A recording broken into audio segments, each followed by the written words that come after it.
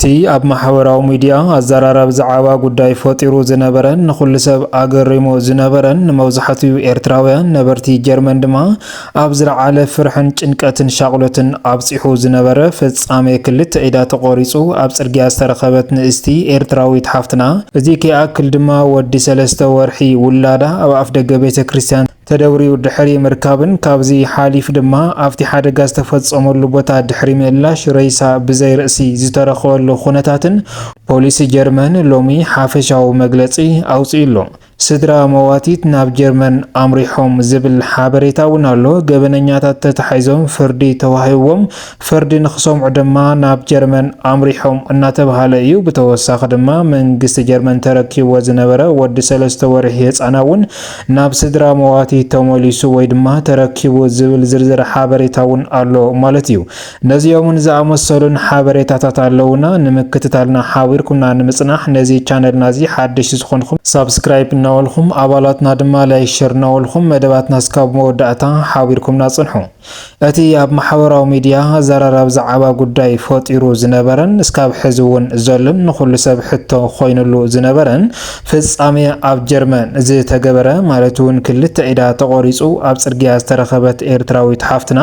እስካብ ዝዓለት እዚኣ ንኹሉ ሰብ ማለት እውን ንመብዛሕትኡ ኤርትራውያን ኣብ ጀርመን ኣብ ማዓስከር ይኹን ካብ ማዓስከር ወጻኢ ዝርከቡ ፍርሕን ጭንቀትን ሻቅሎትን ፈጢሩሎም ከም ዝነበረ ዝፍለጥ እዩ።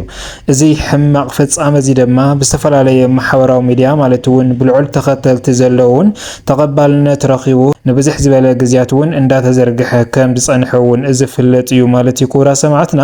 ፖሊስ ጀርመን እስካብ ዝዓለት እዚኣ ይምርምር ኣለኹ ዳግማይ ሳልሳይ ዲኤንኤ ምርመራ እናበለ ከም ዘጽንሖ ዝፍለጥ እንትኸውን ስድራ መዋቲት ድማ እስካብ ዝዓለት እዚኣ ድቃስ ኢኖም ማለት እውን ገበነኛታት እንመን እዮም ረይሳ ጓልና ይወሃበና ዝብሉ ሕቶታት እናልዕሉ እስካብ ዝዓለት እዚኣ ከም ዝተጸበዩ ዝፍለጥ እዩ። ሎሚ ግን ከም እንብለኩም ፖሊስ ጀርመን ነዚ ናይ ክልተ ወርሒ ምርመራታትን ከምኡ ድማ እቶም ገበነኛታትን ዝተፈረዶም ፍርድን እቲ ወዲ 3 ወርሒ ህፃን ኣብ ደገ ቤተ ክርስቲያን ተረኺቡ ናብ መንግስቲ ጀርመን ተረኪቡ ዝነበረን ዝርዝር ሓበሬትኡ ሎሚ ዕላዊ ገይሮም ኣለው ማለት እዩ። ከም ዝፍለጥ ቅድሚ ክልተ ወርሒ ኣብ ጽርግያ ጀርመን ክልተ ኢዳ ተቆሪጻ ተደብርያ ከም ዝተረኸበት ሓንቲ ንእስቲ ጓል 30 ዕድመ ሓፍትና ተሓቢሩ ነይሩ። ኣብቲ ግዜ ንሱ እዛ ሰብ እዚኣ ካበይ ምዃና ኣይተፈለጠን። ነገር ግን ድማ እተን ክልተ ኢድ ድሕሪ ምርካብ ናብቲ ሕክምና ከም ዘምርሕን በቲ ዝገበርዎ ዲኤንኤ ምርመራ ድማ እዛ ሰብ እዚኣ ኤርትራዊትን ከምኡ ድማ ኣብ ማዓስከር ቦን ኣብ ዝበሃል ከም ትነብር እዩ ኣብቲ ግዜ ንሱ ተሓቢሩ። ካብዚ ዝተበገሰ እምበኣርከስ መንግስቲ ጀርመንን ፖሊስ ጀርመንን ብምንባብ ነዚ ፈጸምቲ ገበን እዚ ክትሓዙ ከም ዘለዎምን ኣብ ዝሃለው ያሃለዋ ሃገር ተታሒዞም ድማ ናብ ጀርመን ንኽኣቱን ልዑል ዝኾነ ቀጻዓት ንኽወሃቦምን ኣብቲ ግዜ ንሱ እናተመሓላለፈ ዝነበረ መልእኽቲ እዩ ማለት እዩ። እዛ ሓፍትና እዚኣ ማለት እውን ኣብቲ ግዜ ንሱ ክልተ ኢዳ ኣይን ተረኺበን ካሊእ ኣካላታ ኣይተረኸበን። ብዙሕ ተፍትሽ እውን ኣካይዶም ነይሮም እዮም። ነገር ግን ካብተን ክልተ ኢድ ወጻኢ ካሊእ ኣካላት ኣይተረኸበን። እተን ክልተ ኢድ ዝተረኸባ ድማ ብዘይካ ኣበይ ከም እትነብር እምበር መን ከም ዝቐተላ ዝሕብር ሓበሬታ ኣይነበረን። ፖሊስ ጀርመን ግን እዛ ሰብ እዚኣ ኣብ ማዓስከር ቦን ኣብ ዝበሃል ትነብር ምስ ተባሃለ ወይ ድማ ምስ ረኸበ ሓበሬታ ናብ ማዓስከር ቦን እዩ ኣምሪሑ። ኣብቲ ማዓስከር ቦን ድማ እታ ዋና ዓርካ መዋልዒታ መሳቲታ ዝኾነት ዓርካ እያ ንፈለማ ግዜ ኣብቲ ፈለማ ቦታ ዝተረኸበት ማለት እዩ። እምበኣርከስ እዚኣ ዝወለቶ እዛ ሰብ እዚኣ እስካብ ሕዚ ምስ ኣፍቃርያ ጽቡቕ ከም ዘይነበረትን ካብ ኢትዮጵያ ካብ ዝወስዳ 1 ዓመት እኳ እንተቁፀረት ኣብ መንጎ ክልቲኦም ግን ጽቡቕ ስምምዕ ከም ዘይነበረት እያ ትሕብር ማለት እዩ። ክቡራ ሰማዕትና እምበኣርከስ እዛ ሰብ እዚኣ ማለት እውን እታ ማሕዛኣ ዝወለቶ ነገር እኳ እንተሃለየ ኣብ ጀርመን ምስ ኸደት ብዙሕ ስምምዕ ኣይረኸቡን። ኣብዚ እዋን እዚ ድማ ንኽፈላለዩ እዮም ቆፀሮ ሒዞም ነይሮም። ነገር ግን እቲ ኣፍቃሪኣ ይቐንአላን ይብህገላን ስነ ዝነበረ ኣነ ዘምጻኹኪ ጀርመን ክትነብሪ ኣይትኽእልን ይኽን ብዝብል መሰረት ናብ ኢትዮጵያ ሞሊሱ ክሰደኳ ሓፍ ላዕልን ታሕትን እንተበለ ነገር ግን ንሳ ፍቃደኛ ኣይነበረትን ዝድግፎ ሕጊ እውን ኣይተረኸበን ማለት እዩ። እምበኣርከስ እታ መሓዛኣ ካብቲ ግዜ ንሱ መደምደምታኣ ኣቕሚጣ ዝነበረት እንትኸውን ማለት እውን ቀታሊኣ ንሱ እዩ ቅድሚ ሓደ መዓልቲ ንኣይ ደው ኢላትለይ ነይራ እያ። በዚ መሰረት ድማ ምስኡ ጉዕዞ ከም ዘለዋ እያ ሓቢራትለይ። እዛ ሰብ እዚኣ እንተተሞተት ብኡ እያ ክትመውት ትኽእል ማለት እውን በቲ ኣፍቃሪኣ ዝብል ሓበሬታ ሂዋቶም እቶም ፖሊስ ጀርመን ድማ ልዕል ዝኾነ ምስጋና ብምስጋን ናፍቲ ናይ ኣፍቃሪኣ ዝነብረሉ ሰፈር እዮም ኸይዶም ኣብቲ ግዜ ንሱ ዝረኸብዎ ሓበሬታ ግን ማለት ኩራ ሰማዕትና እዚ ኣፍቃሪኣ ዝተባሃለ ልክዕ ኣብቲ ገበን ዝፍፀመሉ እዋን ካብቲ ዓዲ ወፂኡ ከም ዝኸደን ካብ ሃገረ ጀርመን ለቂቁ ከም ዝኸደን እዩ እንዳተሓበረ ዝነበረ ማለት ኩራ ሰማዕትና ፖሊስ ጀርመን ካብቲ ግዜ ንሱ ዘውረዶ ሕጊ ነይሩ ወይ ድማ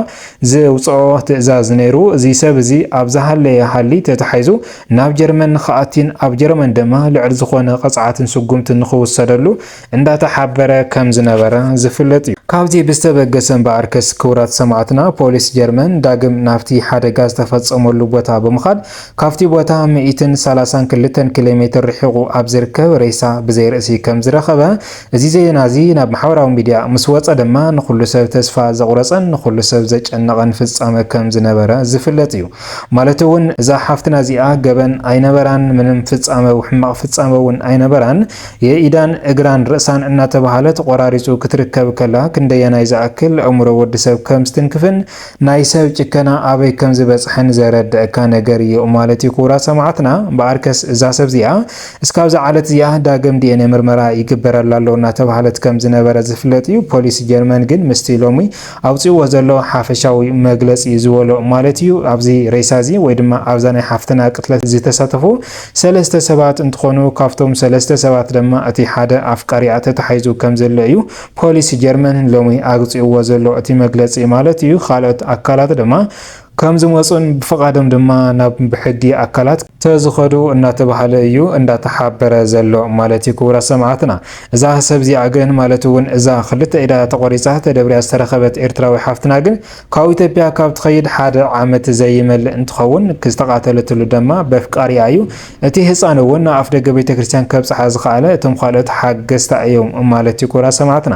እምበኣርከስ ኣብዛ ልዕሊ ሓፍትና ዝተፈፀመ ፍጻመ ንኩሉ ሰብ ዘሕዘነ እዩ ነገር ግን ካብዚ ተበገሰ ናጋን ሎምን እናወሉ ፖሊስ ጀርመን እስካብ ዝዓለት እዚኣ ድሕሪ ምጽናሕ ስድራ ናይዛ ሓፍትና ግን ሎሚ ናብ ጀርመን ኣምሪሖም ርእሶምን ክርከቡ እንዳተባሃለ ከም ዝነበረ ዝፍለጥ እዩ ነገር ግን ሎሚ ስድራ ናይዛ ሓፍትና ጀርመን ከም ዝኣተውን ርእሶምን ካብ ዝርከቡን ሰለስተ ገበነኛታት ከም ዝተሓዙ ካብቶም ሰለስተ ድማ እቲ ሓደ ኣፍቃሪኣ ከም ዝኾነ እቲ ኣፍቃሪኣ ድማ ሙሉእ እስራት ከም ዝተፈቀደሉ ማለት እውን ሕልፈተ ህይወቱ ኣብ እስር ቤት ከም ዝኾነ እዩ ተኣዚዙሉ ዘሎ ማለት እዩ ክቡራት ሰማዕትና ኣብ ውሽጢ እስር ቤት ሙሉእ ህይወቱ ንኽእሰር እዩ ተፈሪዱሉ ዘሎ እቶም ክልተ ድማ ናይ ጀርመን ዜግነት ዘለዎም እንታደ ኤርትራ ተሓደ ኢትዮጵያ እንትኸውን እዞም ክልቲኦም ድማ ናይ ጀርመን ፍቃድ ወረቐት ስለ ዘለዎም ንግዚኡ ብወሓዝ ተለቂቖም ኣለው ነገር ግን መሓዞም ዓዲ ኣይተርፍን እናተባሃለ እዩ ዘሎ ማለት እዩ ክቡራት ሰማዕትና ናይዛ ሓፍትና ስድራ ግን ሎሚ ናብ ጀርመን ብምእታው እቲ ህፃን ከም ዝተረከቡን እቲ ሬሳ እውን ከም ዝተረከብዎም እዩ ናብ ዝተፈላለየ ማሕበራዊ ሚድያ እንዳተወዝዐ ዝርከብ ማለት እዩ ክቡራት ሰማዕትና እምበኣርከስ ካብ መወዳእታ ሓቢርኩምና ፀናሕኩም ካብ ልቢ እናመስገና ሰላም ሰናይ ፃንሕቲ ይጎረልኩም ሰላምታይ ንዓኹም